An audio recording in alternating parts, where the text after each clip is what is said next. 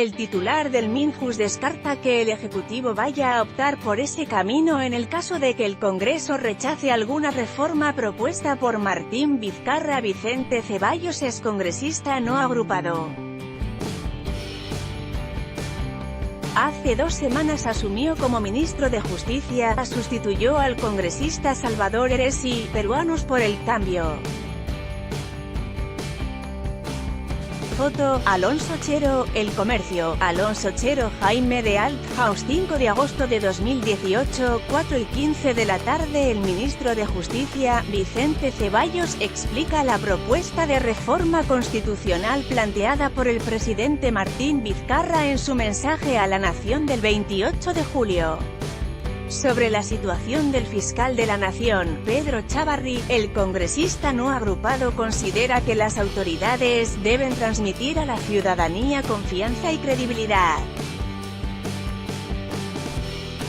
Está de acuerdo con la ratificación del fiscal Chávarri. Como gobierno, estamos muy preocupados por la situación que afronta el fiscal de la Nación. Exhortamos a todas las autoridades a transmitir a la ciudadanía confianza y credibilidad en sus instituciones.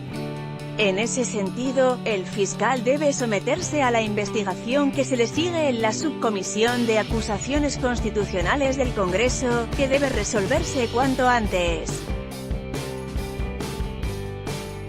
Como Poder Ejecutivo, somos respetuosos de la autonomía de los órganos constitucionales como el Ministerio Público y de las decisiones que emitan sus órganos. El presidente Martín Vizcarra ha anunciado un referéndum sobre 4 temas. ¿Qué pasa si uno de ellos, por ejemplo, no es aprobado por el Congreso? ¿Se haría una cuestión de confianza? Bueno, en principio, tenemos una expectativa positiva de que el Congreso va a aceptar estas 4 iniciativas de reforma constitucional. Ahora, pueden darse distintos escenarios. El primero es el rechazo, la no aprobación. El segundo es la aceptación tal cual de la propuesta. Y el tercero es la posibilidad de que la iniciativa sea corregida recogiendo algunas inquietudes que el propio Parlamento tenga a bien formular. Desde la perspectiva del Poder Ejecutivo, se va a insistir en el proyecto original. Ahora, si finalmente no se aprueba o se distorsiona la propuesta inicial, insistiríamos a través de la recolección de firmas del 10% de ciudadanos, 2.300.000, tal como lo habilita la Ley 26.300 de participación ciudadana. Ese sería el escenario más crítico. Sin embargo, estamos expectantes a una actitud positiva. El propio presidente del Congreso, Daniel Salaverry, estaba exigiendo el miércoles que el Ejecutivo envíe con prontitud las propuestas de reforma.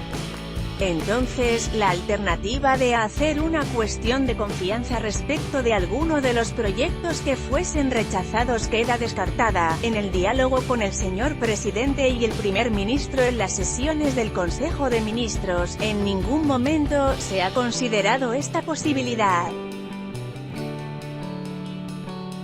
Cada circunstancia será evaluada de acuerdo a su contexto, pero, en principio, no existe o no se ha evaluado esa posibilidad. Porque usted sí mencionó la cuestión de confianza, incluso habló de adelanto de elecciones. Usted se reafirma en esas posiciones. Quiero ser claro al manifestar que un escenario de adelanto de elecciones no se ha considerado en ningún momento. Lo que ocurrió fue que me preguntaron sobre dicha posibilidad y yo me pronuncié en el marco de lo que contempla la Constitución, mas no como una propuesta. La Constitución establece que esta posibilidad se da después de la negativa de confianza a 2 consejos de ministros. Plantear la no reelección de los congresistas no es una manera de desafiar a los parlamentarios. ¿Cuál es la razón? Mire, es una medida muy valiente y muy audaz. Al presidente se le reclama que atienda y escuche a la ciudadanía. Él ha recorrido gran parte del país, y en todos los lugares escucha el clamor ciudadano, del cual ha hecho eco. La alternativa sería hacer oídos sordos a la ciudadanía. Entonces, él ha tomado esta decisión y no con el ánimo de confrontar al Parlamento, sino con la actitud de saber escuchar y recoger un clamor generalizado de la ciudadanía. El presidente planteó que si ya existe la no reelección para los alcaldes y los gobernadores, solo faltaría la de los congresistas. Pero ya había un consenso de que la no reelección de gobernadores y alcaldes fue un error y que había que revocar esa medida. Porque finalmente reelegir a un buen alcalde es un derecho del pueblo que no se puede recortar, ¿no? Mire, recuerdo perfectamente las circunstancias en las cuales se dio esta reforma constitucional, en el contexto del caso Ancas, del caso Tumbes, del caso Cerro de Pasco, San Martín, Loreto, en los que estaban en tela de juicio diversos gobernadores regionales. La no reelección de congresistas permitirá que la política pueda oxigenarse. Creo que la alternancia es buena. Sin embargo, han surgido voces importantes indicando que no más del 20% se reelije, por un lado. Y lo segundo, que ese 20% justamente son los que no están sujetos a hechos ilícitos, ¿no? Pero esto también señala una grave responsabilidad a los partidos políticos en la mejor selección de sus candidatos. Esta medida podría propiciar un fortalecimiento de los partidos vía mejores criterios de selección, lo que implica activar mecanismos de participación en el interior de los partidos políticos. En ninguna democracia avanzada se prohíbe la reelección de los congresistas. Atenta contra la posibilidad de consolidar alguna vez una clase política, porque es comenzar de cero cada vez, no avanzaríamos. El hecho de que no sean reelegidos va a generar que los partidos políticos, al momento de elegir a sus candidatos para congresistas, escojan a sus mejores cuadros y eso prioriza la consolidación de los partidos y la democracia. Dejemos al pueblo que decida finalmente. Si UDE le pregunta al pueblo si quiere cerrar el Congreso, dirá que sí. Me recuerda el apoyo a la decisión de Fujimori de disolver el Parlamento. El Congreso nunca es popular, nos hemos vuelto fujimoristas, pero estamos reduciendo la estabilidad y el fortalecimiento del orden democrático constitucional a lo que es la reelección. Cuando es mucho más que eso. Esta circunstancia puede permitirnos la oportunidad de fortalecer los partidos políticos, nuevas propuestas, nuevos rostros, nuevos pensamientos, nuevas actitudes, nuevas decisiones. Es la clásica receta del populismo, enfrentar al pueblo contra determinados enemigos, en este caso los congresistas. El presidente ya ha dado claras muestras en estos cortos 4 meses de ser bastante cauto y prudente. Además, esta no es una decisión cerrada, todavía tiene que pasar por la discusión del Parlamento y oportunamente por la consulta ciudadana. Si quisiéramos realmente fortalecer los partidos políticos, se habría planteado para referéndum la eliminación del voto preferencial, que fomenta una guerra fratricida dentro de los partidos, sustituyéndolo por distritos electorales uninominales o binominales. Allí yo sé quién es mi congresista y si no me representa bien, no lo reelijo. En el 2016 el Parlamento tuvo la feliz iniciativa de formar un grupo de trabajo encabezado por la congresista Patricia Donaire. Después de un arduo trabajo de un año, propuso una reforma integral del sistema electoral. Lamentablemente, en el Parlamento no hubo voluntad política y se priorizaron temas selectivos. El hecho de que el presidente haya planteado estas iniciativas de reforma constitucional no agota el debate.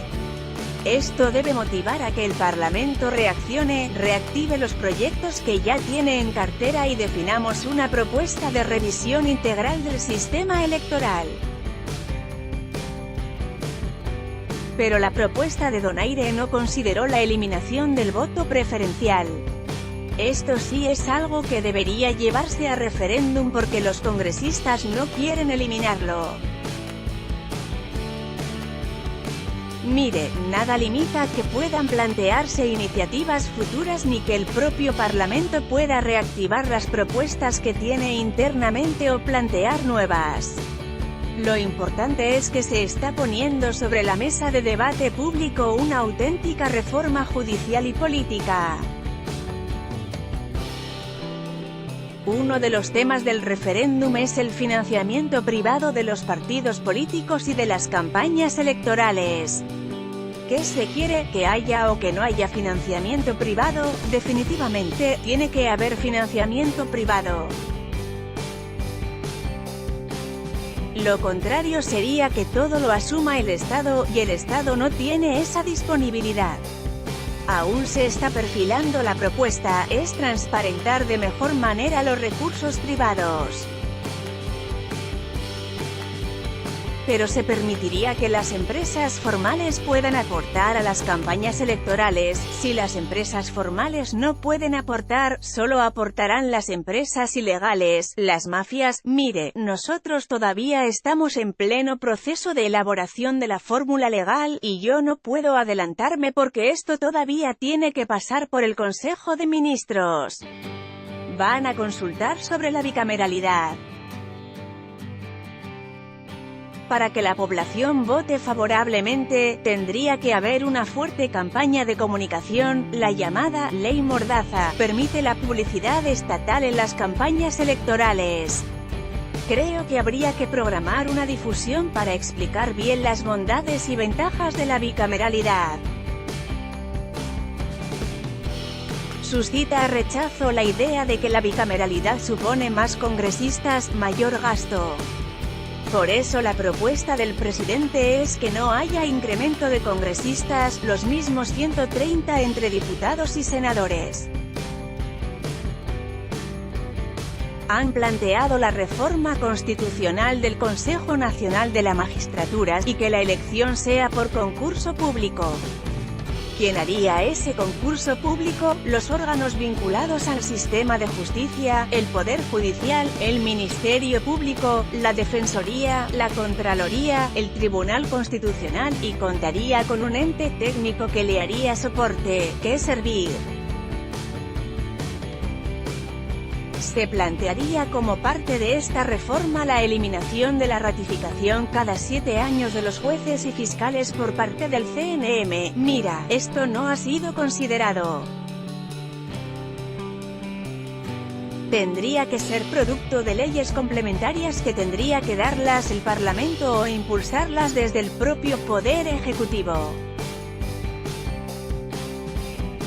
Para eso hemos aprobado un proyecto de ley que crea el Consejo de Reforma del Sistema de Justicia, que propone 2 estamentos, un comité de alto nivel, que lo encabeza el presidente de la República, y un comité técnico, cuyo secretario técnico sería el Ministerio de Justicia. Uno de los proyectos de ley anunciados crea la Autoridad Nacional de Integridad y Control en el Poder Judicial y el Ministerio Público. Esto en lugar de la OCMA y de la Fiscalía Suprema de Control Interno. Exactamente, y es una autoridad también sujeta a meritocracia y cuyo período es de 7 años. Y esta persona se va a encargar de estructurar la OCMA en los distritos judiciales. Se le está facultando para que pueda designar estas nuevas autoridades previo concurso. Estas personas no serían jueces ni fiscales, no. Podrían ser jueces pero no necesariamente van a ser jueces. Es un proceso de meritocracia. Además, se dice que el Ejecutivo se comprometerá a asignar un equipo de policías especializados para el apoyo de su labor, algo clave porque hay cortes superiores tomadas por las mafias. ¿Cómo asegurar la integridad de ese cuerpo policial? Mire, tenemos el buen trabajo que viene realizando la Unidad de Inteligencia Financiera de la SBS. Con ese antecedente es que se está proponiendo que haya un equipo de inteligencia que fortalezca el rol de la nueva OCMA. ¿Tiene una idea de cuáles son las cortes superiores más penetradas por el crimen organizado? Mire, lo que se ha abordado por ahora son los temas de urgencia, el CNM, la creación de una Fiscalía Suprema Anticorrupción y la exclusión de la Fiscalía en los procesos contenciosos administrativos. Todavía no estamos en la etapa del diagnóstico de qué distrito judicial tiene más incidencias o no. Han visto la necesidad de modificar el artículo 454 del nuevo Código Procesal Penal que blinda a los fiscales y jueces de modo que no pueden ser detenidos ni acusados cuando se hacen megaoperaciones, pero no solamente ese artículo. Hay que revisar todo, y en ese todo hay prioridades, no descartamos esa posibilidad, tenemos que ordenarnos.